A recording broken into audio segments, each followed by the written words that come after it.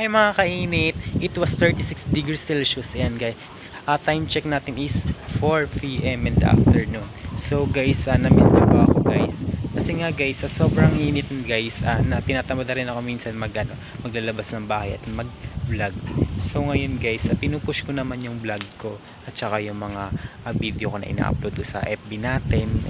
Kasama kayo dun sa FB ko, syempre kaya natin. So ngayon nga guys, ano bang topic natin for today's? Yun na lang, i-share ko na lang sa inyo guys yung yung about sa my phone ko. Sa my phone ko guys, I wanna share you English tayo.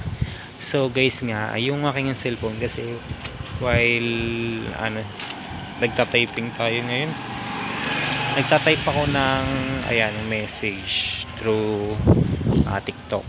And guys, it was an accident yan. Hindi sinasadya, accident po talaga siya na nahulog yung phone natin. So ngayon guys, makikita, hindi nyo kasi makikita guys dito sa ating vlog. Ayan, kasi dito sa may kababaan talaga, sa alam nyo yung sa pinipindot dito sa back end, ayan, basta yun sa baba, yung mga parang tawag dito logo ng mga back yan guys. So wait lang, I'm distracting kasi may dumaan na pulis. Ayan, may dumaan ng car ng pulis dito sa ating subdivision, pero hindi na natin sila intrigahin kung ano yung napansin nyo guys.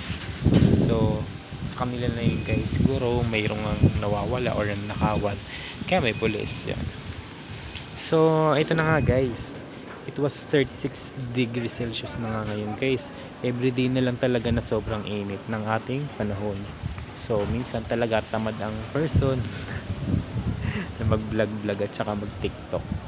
Kaya minsan natambay lang ako dito sa labas. Ayan. So ayan, medyo busy-busyhan. Ayun nga yung ano ba yan?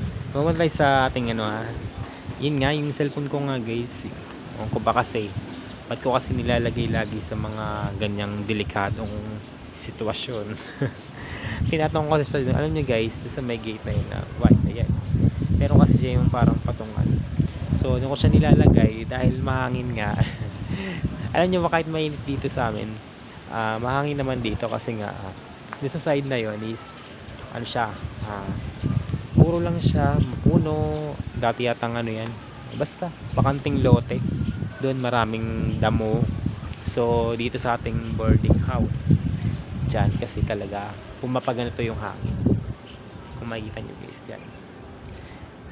Kaya doon ako lagi natambay sa taas, sa second floor, kasi doon malamig talaga.